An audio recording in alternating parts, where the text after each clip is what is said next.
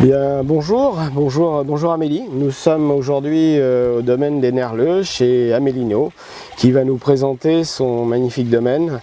Et à toi Amélie, parle-nous un peu de ton histoire, de l'histoire de ce domaine familial. Tu peux commencer par où tu veux. D'accord, c'est une histoire de loup. Donc le domaine de Nerleux, Ner et en vieux français ça veut dire noir, et le à la queue, le en latin, en vieux français aussi pardon, et en latin ça voulait dire les loups.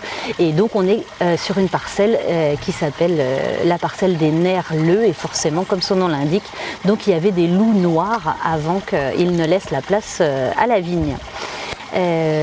Moi voilà, donc je suis Amélie No, je suis la 9e génération de vignerons. 9e génération, la première vigneronne. Voilà, faut dire que les femmes n'ont pas toujours été les bienvenues dans les caves. C'est plus le cas maintenant. C'est plus le cas maintenant. Pas du tout le cas maintenant, et il y a même une discrimination positive, c'est ce que je dis pour les femmes, et ça se passe très très bien pour les vigneronnes. Donc voilà, le domaine c'est une trentaine d'hectares de vignes sur l'appellation donc Saumur-Champigny principalement, et puis on fait aussi du Saumur blanc, du Crémant de Loire, du Coteau de Saumur et du Saumur rosé. Avec deux merveilleux cépages, le Chenin et le Cabernet Franc. Le Chenin, ce cépage extraordinaire. Pour les blancs, on fait tout un tas de déclinaisons aussi sublimes les unes que les autres. Et puis le Cabernet Franc, effectivement, ce vin de Loire magnifique, enfin ce cépage. Principalement ici, il y en a ailleurs, mais ici, c'est sa terre de prédilection. On fait des vins fruités extraordinaires. Merveilleux. Ou aussi un peu plus charpenté, un peu plus structuré, quand il est travaillé un petit peu plus pour en faire des cuvées de garde. Exactement, et c'est même la communication du Saumur-Champigny, appellation que je connais bien, parce qu'on a les vins légers et les vins plus complexes. Je crois que tu as des responsabilités au Saumur-Champigny. J'ai un petit peu la présidence depuis 1 an et demi en effet, avec une très bonne équipe aussi jeune et dynamique. Bon. Donc, parlons un petit peu du domaine qui se situe sur la commune de Saint-Cyr-en-Bourg. Voilà, qui était une des communes de l'appellation. Oui, une des 9 communes de l'appellation, et puis une commune aussi historique avec la création de la cave coopérative Robert et Marcel. Et puis une commune, comme beaucoup de communes du Saumurois, avec des terroirs de tuffeau. On a 200 km de cave sous le village. 1200 sous l'agglomération de Saumur, un véritable gruyère. Et c'est vrai qu'il y a des petites caves viticoles, mais des grandes carrières aussi d'extraction de tuffeau qui avaient été transformées en champignonnières et qui sont vraiment magnifiques. Donc un beau patrimoine. Tu travailles essentiellement avec du particulier, les gens viennent à la cave, tu exportes, je suppose que tu as un peu de tout. Ouais. Moi j'ai eu la chance de reprendre un domaine, donc le domaine il y a une dizaine d'années, et mon père avait bien développé différents types de clientèle, et du coup j'ai voulu mettre l'accent un petit peu plus sur les particuliers parce que je trouve qu'on a un beau domaine, et c'est vrai que j'avais à cœur de développer le no-tourisme. Oui, effectivement on est sur un domaine, il y a des bâtiments, il y a un véritable patrimoine, qu'il soit au niveau des bâtiments mais aussi au niveau des vignes. Tes vignes ont quel âge? Puisque 9e génération, je suppose que vous avez des vignes qui ont un certain âge quand même. Alors on en a replanté au fur et à mesure. Bien sûr, il faut renouveler. Mais on a quelques vignes presque centenaires plantées un peu avant les années 50 par mes grands-parents, et du coup on a évidemment une cuvée de vieilles vignes, mais on a aussi on a entretenu le vignoble parce que il faut de toute façon complanter, replanter, et puis utiliser des nouvelles techniques, planter des nouveaux cépages aussi pour voir comment ça évolue, et parce qu'avec le réchauffement climatique,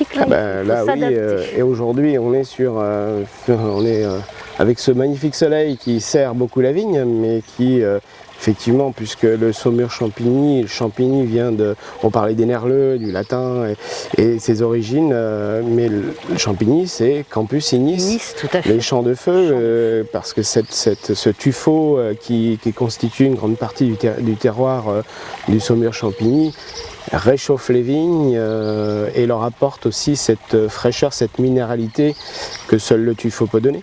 Donc, exactement.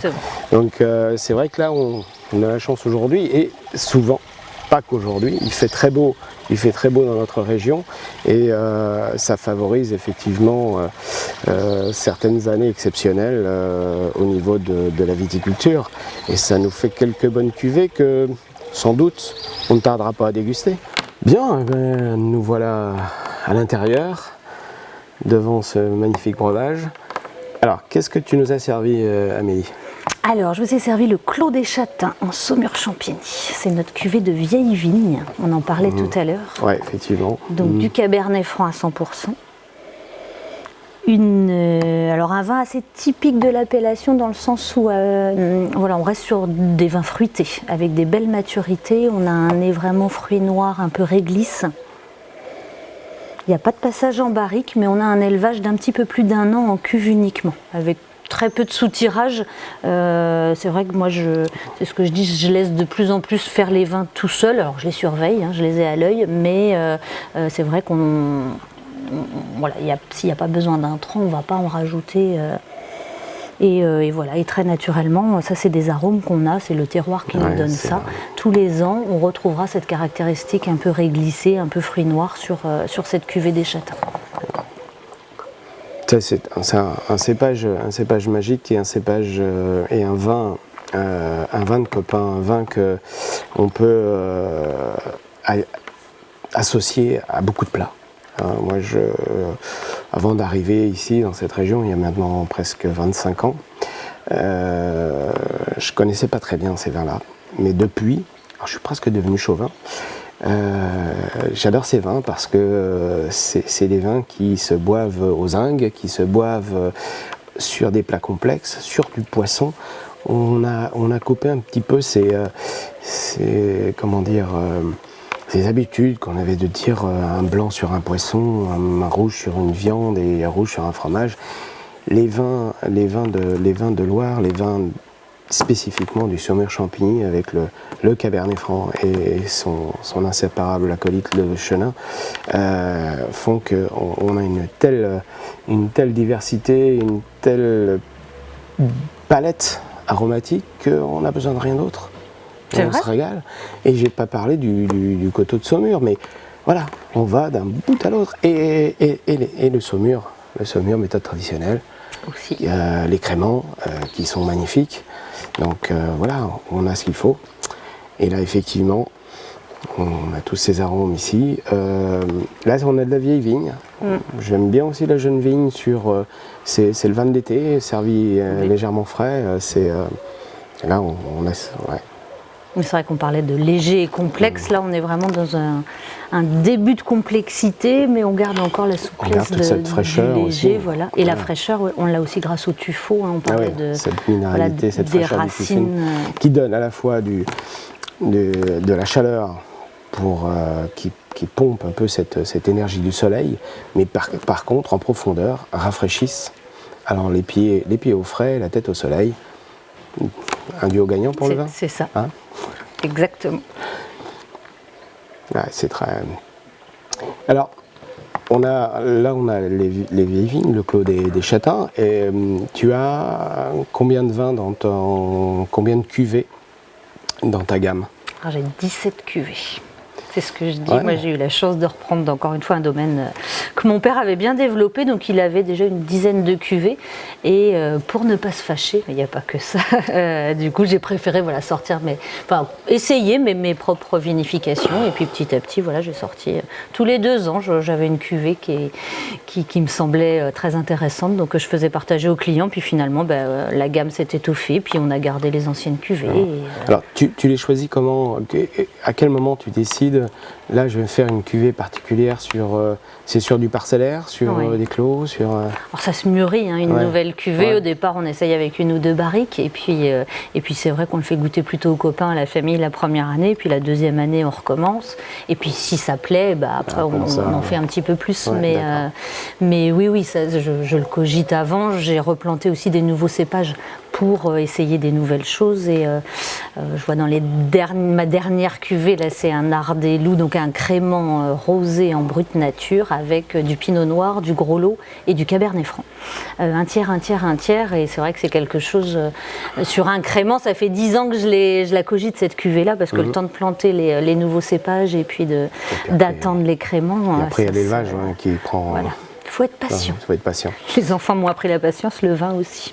Peut-être sur les cuvées, on va dire qu'on a un historique de fabrication, de production et de vinification de Coteaux de Saumur, parce que tu m'en parlais tout à l'heure, qu'une toute petite appellation, sûrement la plus petite de tout l'Anjou-Saumur, avec vraiment très peu de bouteilles vinifiées tous les ans, et c'est assez merveilleux. On est sur des moelleux ou des liquoreux avec vraiment une grande fraîcheur, encore une fois liée à la pierre de tuf qu'on a sous nos pieds, et des millésimes exceptionnels en cave. Alors voilà, certains sont encore cachés évidemment, mais nous on a eu la chance d'avoir des 47 par exemple à la maison, et c'est ce qui fait qu'on garde quasiment tous les millésimes. Moi j'ai 20 000 bouteilles en cave avec plein de millésimes. J'ai coutume de dire que j'ai 2 garçons, un qui est né en 2009 et un en 2013. Bon bah évidemment celui de 2009 a eu quelques palettes de plus que le deuxième, mais le deuxième on a réussi à lui faire quand même du coteau, joli cave et du coteau. Et c'est merveilleux, enfin, c'est vraiment des jolis vins.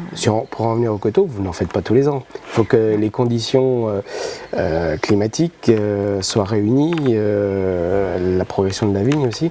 Bon, c'est de la vendange tardive, mais c'est quasiment de la vendange grain par grain. C'est ça. Tous les jours, vous allez dans les vignes et vous sélectionnez les grains qui sont atteints de cette pourriture noble, le botrytis, et ça fait effectivement des flacons avec c'est une pure merveille. C'est fin, c'est minéral, ça n'emporte pas la bouche avec le sucre. C'est extraordinaire. C'est vraiment un équilibre. Ah oui, il y a un véritable équilibre. Voilà, sucre-acidité qui donne de la fraîcheur à ces vins-là, et qu'on peut goûter avec des fromages. C'est là aussi où c'est intéressant de contrebalancer un peu. Surtout pas avec du foie gras. Non. Avec le foie gras, alors je vais encore une fois prendre le contre-pied, mais avec les foie gras, souvent un très bon rouge ou un blanc sec, mais bien parfumé, bien fruité, bien floral. Mais le rouge sur du foie gras, ça va parfaitement bien. Je connais quelques cuvées qui vont parfaitement bien sur le foie gras. Et effectivement, le coteau de Saumur sur un fromage un peu sec, c'est parfait. C'est un accord parfait. C'est ça. Voilà. Ce sera le prochain verre. Ça sera pour le prochain verre. Voilà. On va maintenant vous laisser et vous inviter à nous rejoindre ou à rejoindre Amélie dans le futur, à venir découvrir son domaine et découvrir ses vins surtout. Merci. Bon, à la tienne. À la tienne. Pardon. Ouais, il y a rien que faire.